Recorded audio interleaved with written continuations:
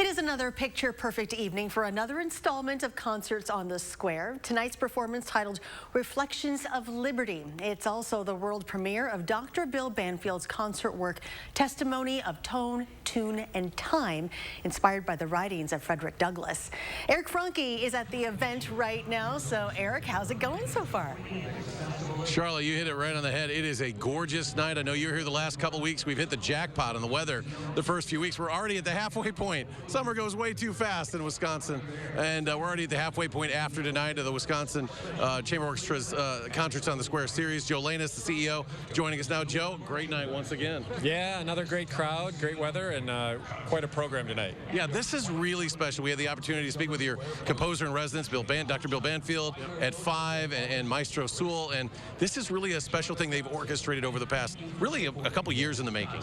Yeah, I mean, this program, I think Andrew's been envisioning for quite some time, and there's so many components going on, and in terms of like collaborative partners, we have the Middleton Choir. It's locally based. Loehnis Stanley and Friends, who of course is very well known here in Madison. Right. We have Johannes Wallman, who's a jazz professor of piano at UW.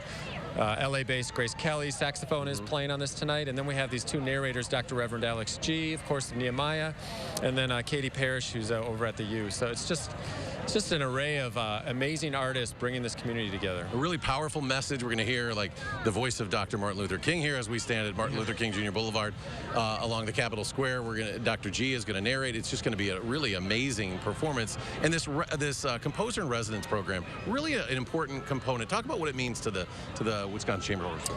Yeah, so we're a year in.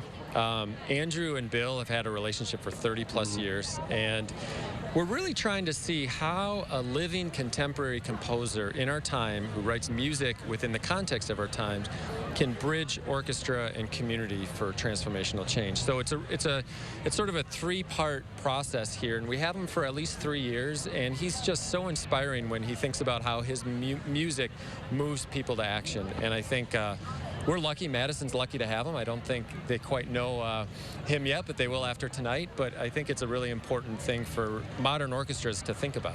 You could really tell how much this meant to him, and especially working with his longtime friend, Maestro Sewell.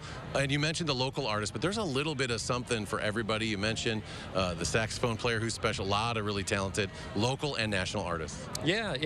Like I said, there's something for everybody. Andrew has programmed a couple of classics concerts. If you know Carmina Burana by Carl Orff, that's the Middleton High School Choir. That's Oh Fortuna.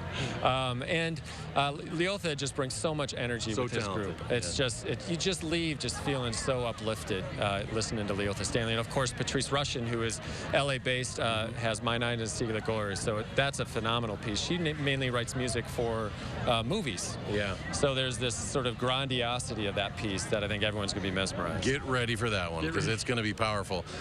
It's just about full down here. We don't have quite an hour to go yet, but there's maybe you could squeeze in here, maybe get a chair on the sidewalk over here. But Joe, thank you so much. Yeah, we're halfway through. Summer's going too fast, I'll tell you. Yeah. But another beautiful night down here, starting at 7 o'clock, Charlotte.